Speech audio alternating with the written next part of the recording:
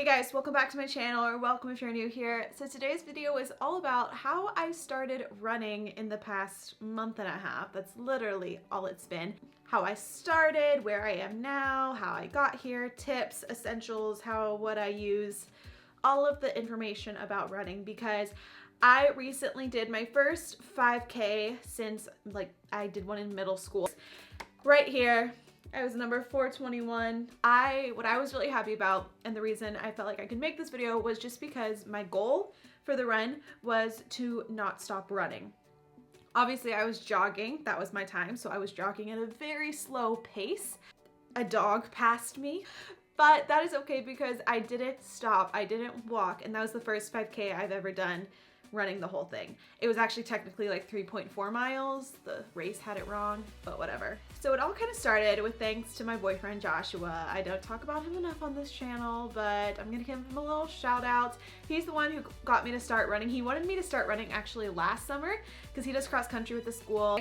He's a runner, he loves to run, and so he tried to get me to run last summer. I said, okay, maybe, never happened. But in May, I decided, okay, let's try it. You know, I was experimenting with new workout things. I was getting into bar and yoga. I was like, I need to do some cardio. Let's try it. So we met one morning before school when I was feeling really motivated.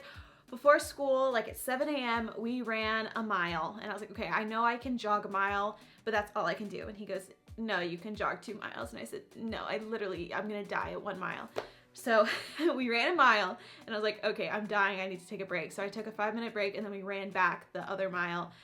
I was actually really impressed that I could even run the 2 miles very slow. I was out of breath. I was not running in a good running condition at all, but I was really proud of myself for just getting out there and doing it. And the next day, or like the next week, we tried it again. He was like, okay, Hannah, this time we're gonna do it 2 miles, but no stops, no break. And I said, I can't do that. And he goes, if you tell yourself you can't run the 2 miles, then you're not gonna be able to run the 2 miles.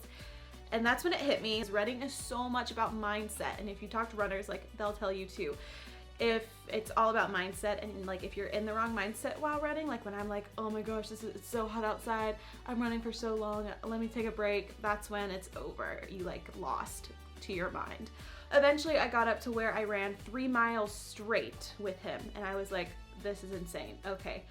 And then I ran the 5K without stopping. So that's where kind of like my progression in the past month and a half, from not even thinking I could jog a mile without stopping to running 3.4, almost 3.5 miles without stopping. So a big part for me too was the why, and I talk about this with all my habit and morning routine videos. The why to why I wanted to start running was really because I'm moving to Nashville this fall and I wanted to be able to run around campus. I wanted to not get out of breath when I'd be walking to my college classes across campus. You know, I wanted to just have a better cardiovascular system because I love strength training, I love building muscle, all of that, but cardio has just always been the death of me, but not anymore. Okay, so that's kind of my story, how I did it. So now like some tips for you guys and my essentials. First thing is to figure out your why. Like I said, mine was I wanted to run in Nashville, I wanted to run this 5K on the beach. Figure out why you're wanting to start running. It could be losing weight, it could be as a form of meditation, it could be to run the race with your friend, with your boyfriend, girlfriend, whatever your why is, figure it out. Number 2, just start. Start with half a mile, start with walking a mile, start with walking, then jogging half of a mile. Like just figure out where you're at and start. You can also get an app. There's apps called like Couch to 5K.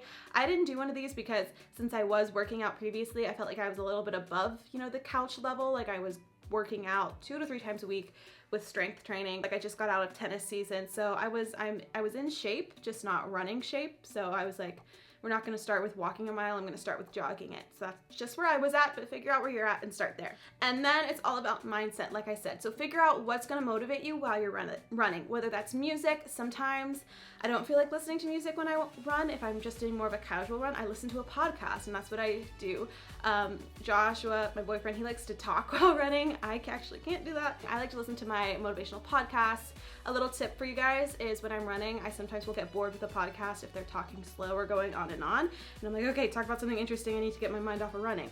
So what I do is I put the speed of the podcast on 1.15. I do that through the app Castbox. And that way it's like talking at a faster pace. And so they're kind of talking more at a speed that I'm moving at. So that's a little tip. But also when I want to do like hardcore running, like for the 5K race, I want it to be like really on top of it, you know, keep going, really inspired. It was like 90 degrees on the beach, uphill. It was a tough run, let me tell you that. So I made a playlist the night before. I went through and added all my favorite motivational songs. Like we got rap, we got Greatest Showman soundtrack, we got girl boss hits. Like I had all of my favorite motivational songs in this playlist. I also did a vision board, if you guys seen this. So my goal is to be like running 10 miles. That's a really big goal. First I'm gonna try to reach 5 miles, but like I said, I wanted to be able to run around Nashville and stuff. So that was my goal. I made a running vision board in my vision book, and just really having that mindset going into running that you can do this, and the only thing limiting you is your mind.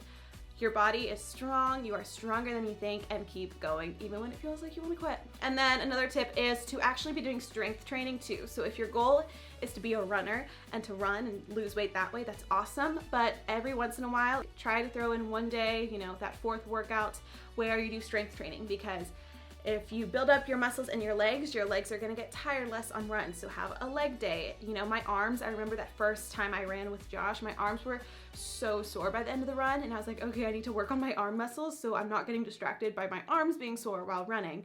You know, if you have good ab support, you know, you can hold in your abs. It's gonna help you, you know, prolong and help you with breathing. So working out strength training, your other muscles, is gonna help you with your cardio too. And of course, stretching too, doing yoga and stretching, you need to give your body rest as well, especially if you're not used to running or high cardio things. Okay, so those were my tips. Now I'm gonna show you guys all my essentials, like my favorite products, where I tried running without correct running shoes like 5 times, and it was miserable. And then I actually got running shoes, I invested in myself, and it's a lifesaver. So first I'm gonna talk about those. You guys probably saw them in my Instagram picture. These are my running shoes. I love them, they're so cute.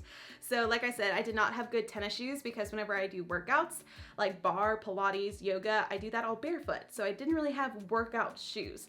So I had some Lululemon gift cards from graduation and I invested in these. These are the brand APL, but Lululemon sells them. So they're made for running. They're really good for just like casual wear too, like just wearing them walking on the streets. I love them. This is the Dusty Rose color. They are a little pricey. They're, I mean, most good running shoes are, but they were $165. So yes, thank goodness I had the gift cards. But if you're looking to invest in a tennis shoe that you can wear running and you can wear, you know, around town, like they're cute and you can wear them with leggings and, you know, run to the grocery store, then these are such great shoes. So cute as well. Oh, tip, go up in a size. I'm normally a size like 7, 7.5, but I got these in a size 8 and they fit really well, so go a size up. These are a lifesaver if you do like listening to music or podcasts or something when running. You obviously are gonna need some headphones. These are the AirPods by Apple. I love these things, not just for running. I got them before for work and school. One of the best Apple investments, honestly.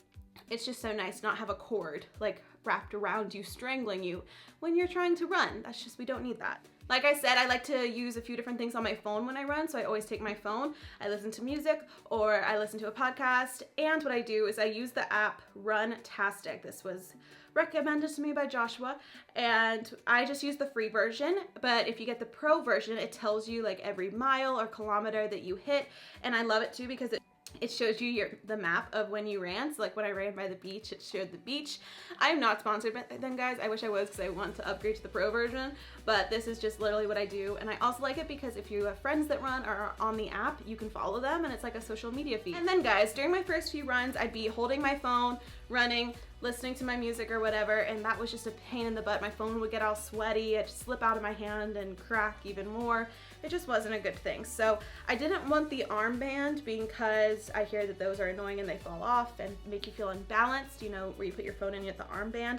So I bought this little fanny pack, runner's fanny pack. I bought it on Amazon. I'll link it below. It's perfect. It just has 2 pouches. One big pouch right here holds the 6 plus, 7 plus phone, that size phone perfectly. You can also add a wallet or like a credit card in here. There's also a little pouch here. I'll put like my AirPods in. And then of course, I love having cute workout clothes, so I invest in nice workout clothes that are breathable, sports bras that support. So if you're really trying to get into running, obviously you don't have to buy all this equipment. Like I bought these things little by little. Once I got into it, I started out just having nothing and realizing it sucked, so I started buying stuff. But you know, you may not need all these things. You may need more. You never know. So that is how I got into running. That that is how I started. I hope you guys found this video helpful. Maybe some of you guys are runners. You're probably better than me. So leave a comment down below on your tips. I would love to read them because I'm growing and pursuing and trying to run, you know, 3 times a week at least. So that's my goal for the summer. And I will see you in my next video. Bye. Peace out.